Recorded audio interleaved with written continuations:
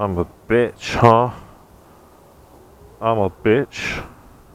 I'm sitting out here. I knew what I was getting into downtown St. Augustine on a Friday night. This guy in a car over there at the stoplight a minute ago started yelling out the window, "You're a bitch! You're a bitch, man!" Car full of people, some young hip hop dude. And he might have a point. We're all bitches sometimes, but I looked at him and I was like, I'm not complaining, bro. I yelled, I'm not complaining. I mean, it's ironic. It's so funny because when people say stuff like that, they're the ones being bitches.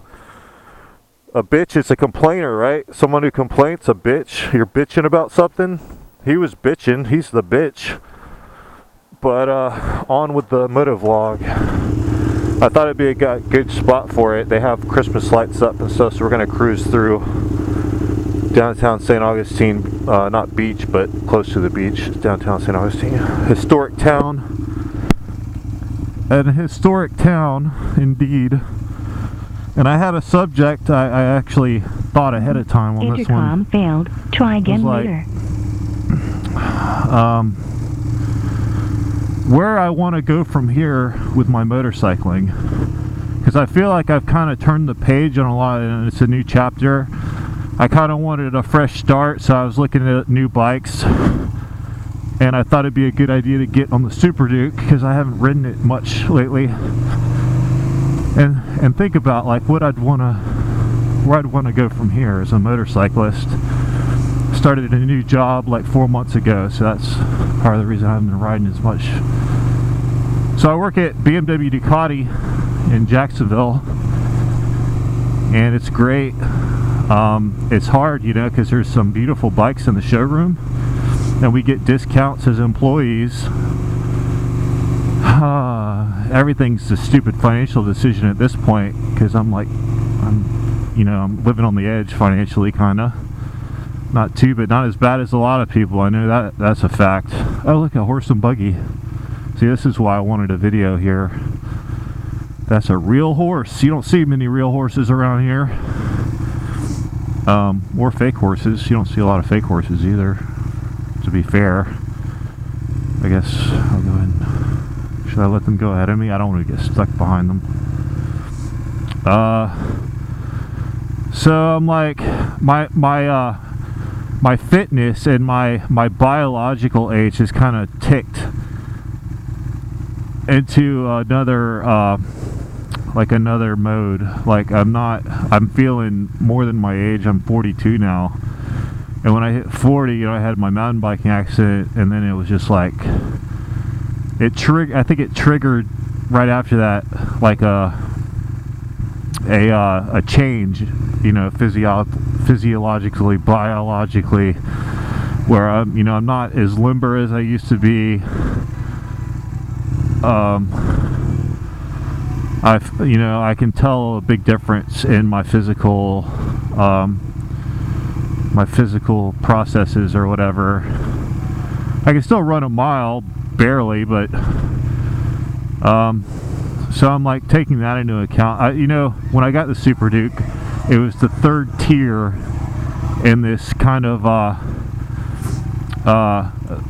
like a third stage of my riding chapter, where I went from a little 500 bike. I had bigger bikes before that, but it was all I could afford, so I got a little CB 500F, and then I went to the Street Triple R, and then my plan was to go to the Speed Triple, and then do like a SUPERDUKE or something.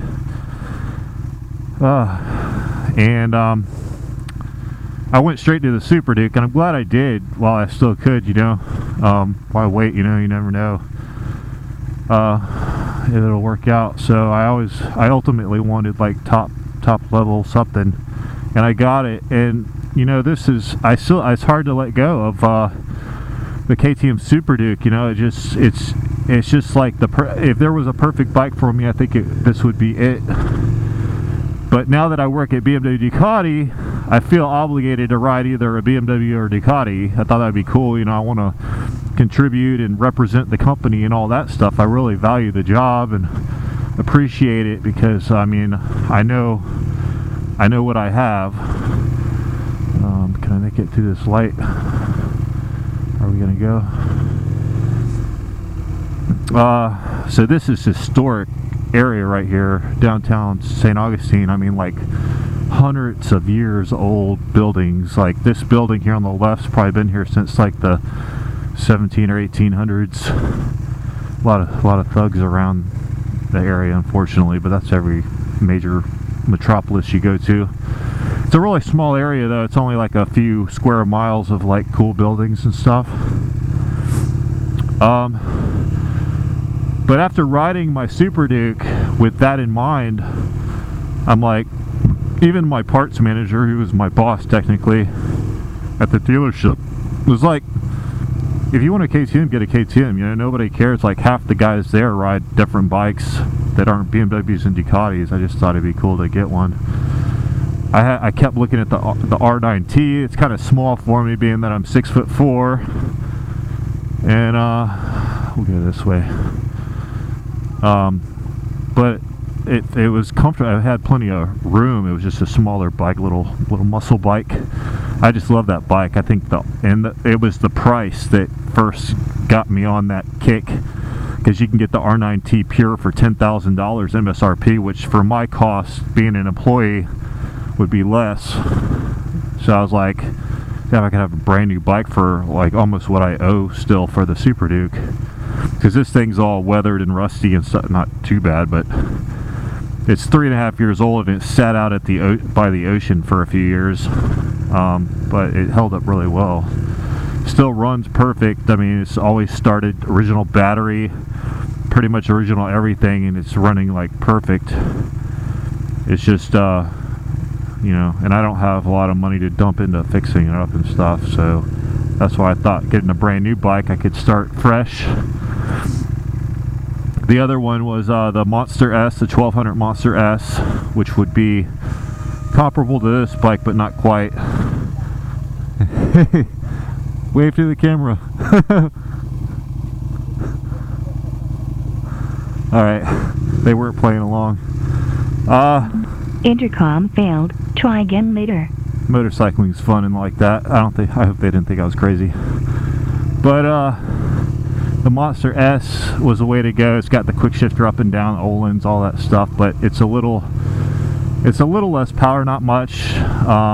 It's got a beautiful TFT display. I still appreciate the aesthetics of this. It's kind of classic, the orange and black. But you know, the new models out with all the different motorcycle manufacturers are like levels up. You know, they've got all the electronics, new technology and stuff. But from a pure riding perspective, you don't need all that stuff to ride. To have a good bike that you can trust, you know, when you get on it.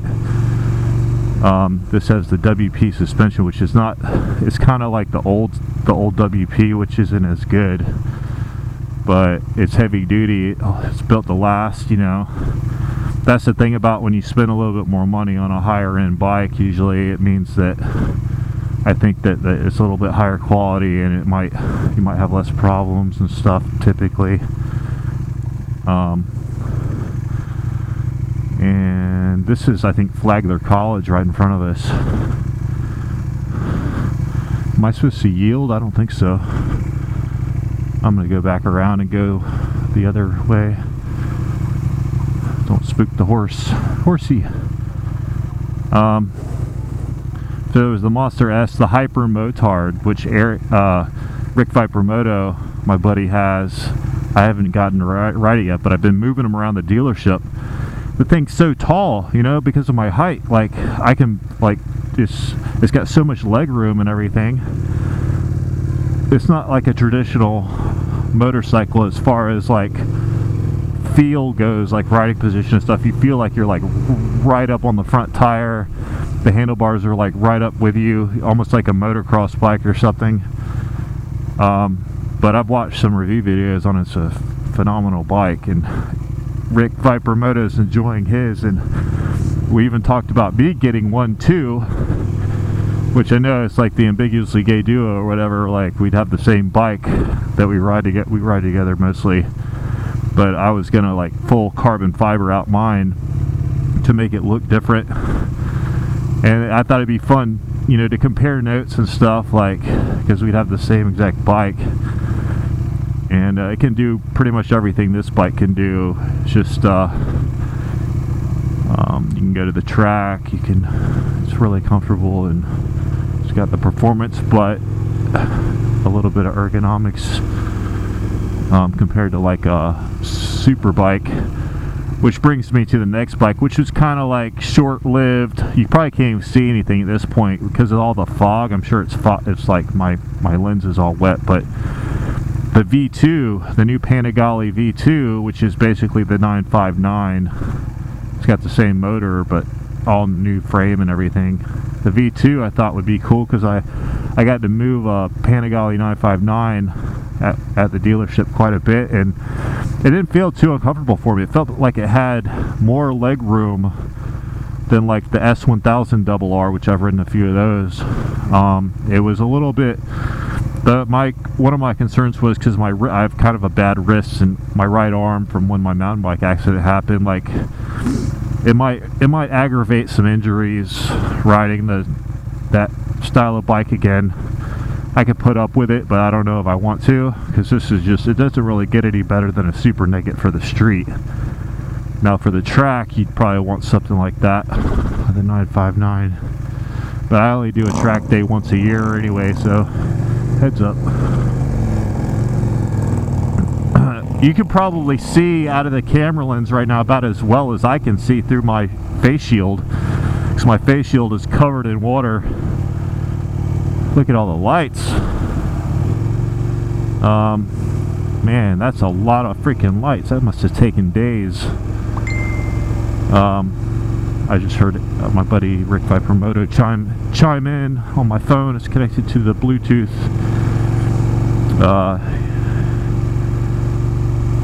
I sent him a photo where I stopped at that gas station, and I guess he just got back to me. So I'll probably stop again up here and check my phone after I finish the video. So as far as where I'd like to go from here with motorcycling is, I think I feel like I've tried my hardest to, like, I wanted to race. I wanted to just keep going and become like an amateur racer and all this stuff, but in reality, like, with working all the time, and I wasn't able to manifest some big projects that I was working on that would have provided the means. Oh, no traffic. Is that another horse? Like, I was trying to bring a motorcycle track to Jacksonville, and I got pretty far with that, but then some other company ended up beating me to it, and I don't even know if they're going to succeed. They're further along than I was, but it doesn't even look like maybe they might not even pull it off. They've already got the land and everything. So I'm trying to just start from scratch basically and work off of that, because it does take effort to build up your life, you know. If you just go with the flow, you'll never get anywhere, unfortunately. You have to kind of like put in the effort, and it's a pain sometimes, but without that, there's no reward, you know. So as of now, I'm thinking, like, if I can help it, if I can resist the beauty and gorgeousness of that R9T, or the attraction to the Monster S or the Hyper, I might just keep going, fix this up a little bit. I've got the annual service this month. Do the best I can, even though the market's about to collapse, so prepare, what do they call that? Bar the shutters or whatever. Prepare for some tough economical times ahead. But if I can, I would buy another leftover SUPERDUKE, even though I have to pay more for it without the employee discount. So the SUPERDUKE is it for me, man. I found my bike. You know, it's like that love of your life. Some people never find true love.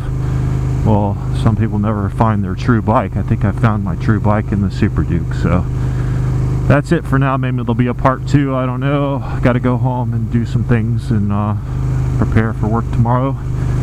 Rick Vipermoto and I will be riding Sunday morning in a couple days before we go to the dealership Christmas party. So that should be fun. Maybe I'll record a video then. But yeah, that's all the sights to see. That's all the words I have to say. So peace out. And I'm not going to try to cut off my camera right now because I need my hands on my bars. It's a little dangerous out here. Wait until I get out on the road here and then I can hit the button. Alright.